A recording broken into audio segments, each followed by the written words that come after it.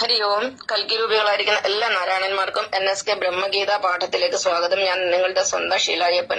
നമ്മൾ ബ്രഹ്മഗീതയുടെ 10ാമത്തെ പാഠമായ പുനർജന്മത്തെ കുറിച്ചാണ് പഠിച്ചുകൊണ്ടിരിക്കുന്നത്. ഇതിന്റെ 3 ഭാഗങ്ങൾ നമ്മൾ കംപ്ലീറ്റ് ചെയ്ത് ഇന്ന് 4ാമത്തെ ഭാഗം പഠിക്കാൻ പോവുകയാണ്. 3 ഭാഗത്തിലായിട്ട് നമ്മൾ 6 ക്വസ്റ്റ്യന്റെ ഉത്തരങ്ങള് പഠിച്ചു. ഇന്ന് 4ാമത്തെ ഭാഗത്തിൽ 2 ക്വസ്റ്റ്യനാണ് ഉൾപ്പെടുത്തിയിരിക്കുന്നത്. അപ്പൊ 7ാമത്തെ ക്വസ്റ്റ്യൻ ഇതാണ്: പുനർജന്മത്തെ കുറിച്ച് ബൈബിളിൽ എന്താണ് പറഞ്ഞിരിക്കുന്നത്? ബൈബിളില് കാര്യങ്ങൾ പറയുകയാണെങ്കിൽ ആദ്യമായിട്ട് യേശുക്രിസ്തു ഭഗവാൻ അദ്ദേഹത്തിന് ക്രൂശിതനായതിനു ശേഷം അദ്ദേഹത്തെ അടക്കം ചെയ്യുകയും 3ാമത്തെ ദിവസം അദ്ദേഹം സ്വന്തം ശരീരത്തോടുകൂടി പുനർജനിച്ച് ഏകദേശം 40 ദിവസത്തോളം അദ്ദേഹം ഭൂമിയിൽ ജീവിച്ചതിന് ശേഷമാണ് സ്വർഗാരോഹണം ചെയ്തത്.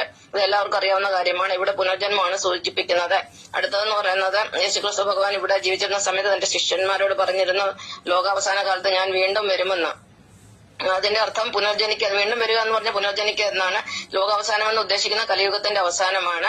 അപ്പൊ അതുകൊണ്ടാണ് നമ്മുടെ ക്രിസ്തീയ സഹോദരന്മാര് എപ്പോഴും യേശുക്രിസ്തു 2ാം വരവ് വരും എന്ന് എപ്പോഴും പറഞ്ഞുകൊണ്ടിരിക്കുന്നത്. അതുപോലെ തന്നെ യേശുക്രിസ്തുവും കൽക്കി രാമനും ഒന്ന് തന്നെയാണ്. ഇവിടെ 100 അവതാരങ്ങളൊന്നും വരില്ല. പ്രപഞ്ചത്തിന് ഒരു നാഥനേ ഉള്ളൂ, ഒരു സൃഷ്ടാവേ ഉള്ളൂ, നാരായണൻ മാത്രമാണ്. നാരായണനാണ് അവതാരം എടുക്കുന്നത്. അതുകൊണ്ട് യേശുക്രിസ്തുവും കൽക്കിയും ഒന്ന് തന്നെയാണ്. ഇനി യാതൊരു സംശയമില്ല, ഭഗവാൻ അവതാരം എടുത്തു കഴിഞ്ഞു. ഭഗവാൻ ഈ ഭൂമിയിലുണ്ട്.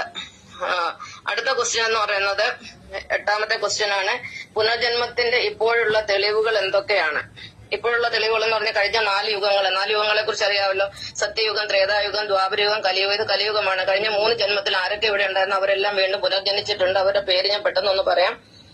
യോഗികളെ, അവതാരങ്ങളെ, സന്യാസിനിമാരെ, പുരോഹിതരെ, ദേവന്മാരെ, അസുരന്മാരെ, ഗന്ധർവന്മാരെ എന്ന് പറഞ്ഞ പാട്ടുകാരെ, അപ്സരസുകൾ എന്ന് പറഞ്ഞ നർത്തകികള്, കിന്നരന്മാരെന്ന് പറഞ്ഞ ഹിജടകള്, ട്രാൻസ്ജെൻഡേഴ്സ്, അതുപോലെ കുബേരന്മാര്, കുബേരന്മാരെന്ന് പറഞ്ഞ പണക്കാര്, കുചേലന്മാരെന്ന് പറഞ്ഞാല് ഏറ്റവും പാവപ്പെട്ടവരെ, കലാകാരന്മാര്, അത് പിന്നെ എല്ലാം അഭിനേതാക്കളും എല്ലാം വരുന്നുണ്ട്. വൈശ്യന്മാരെന്ന് പറഞ്ഞ കച്ചവടക്കാര്, ആയുധധാരികൾ അതായത് പട്ടാളക്കാര് പോലുള്ളവര്, ഗുരുക്കന്മാര്, ജ്യോതിഷികള്, അധ്യാപകര്, ശില്പികള്, വാസ്തുശില്പികള്, കരകൗശല വിദഗ്ധര്, ഭിഷഗ്വരന്മാരെന്ന് പറഞ്ഞാൽ വൈദ്യന്മാരാണ്. ഇവരെല്ലാം പണ്ട് കാലഘട്ടത്തിൽ ഉണ്ടായിരുന്ന അവരെല്ലാം വീണ്ടും ജനിച്ചിരിക്കും. നമുക്കറിയാമല്ലോ, ഈ നമ്മുടെ ഇന്ത്യയിലെ ക്ഷേത്ര പാരമ്പര്യം നോക്കിക്കഴിഞ്ഞാൽ, ക്ഷേത്രങ്ങളുടെ ഓരോ ഘടനകളും അതിന്റെ നിർമ്മിതിയൊക്കെ നോക്കിക്കഴിഞ്ഞാൽ ഇന്നിപ്പോ അതുപോലെ ഒരു ക്ഷേത്രം പണിയാൻ തക്ക എഞ്ചിനീയർമാരൊന്നും ഇപ്പൊ ഇല്ല.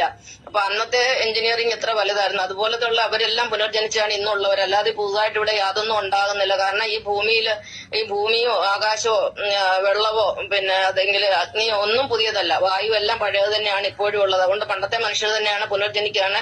പഴയ എഞ്ചിനും പുതിയ ബോഡിയുമായിട്ട് ഇവർ ഇവിടെ ഉണ്ട്.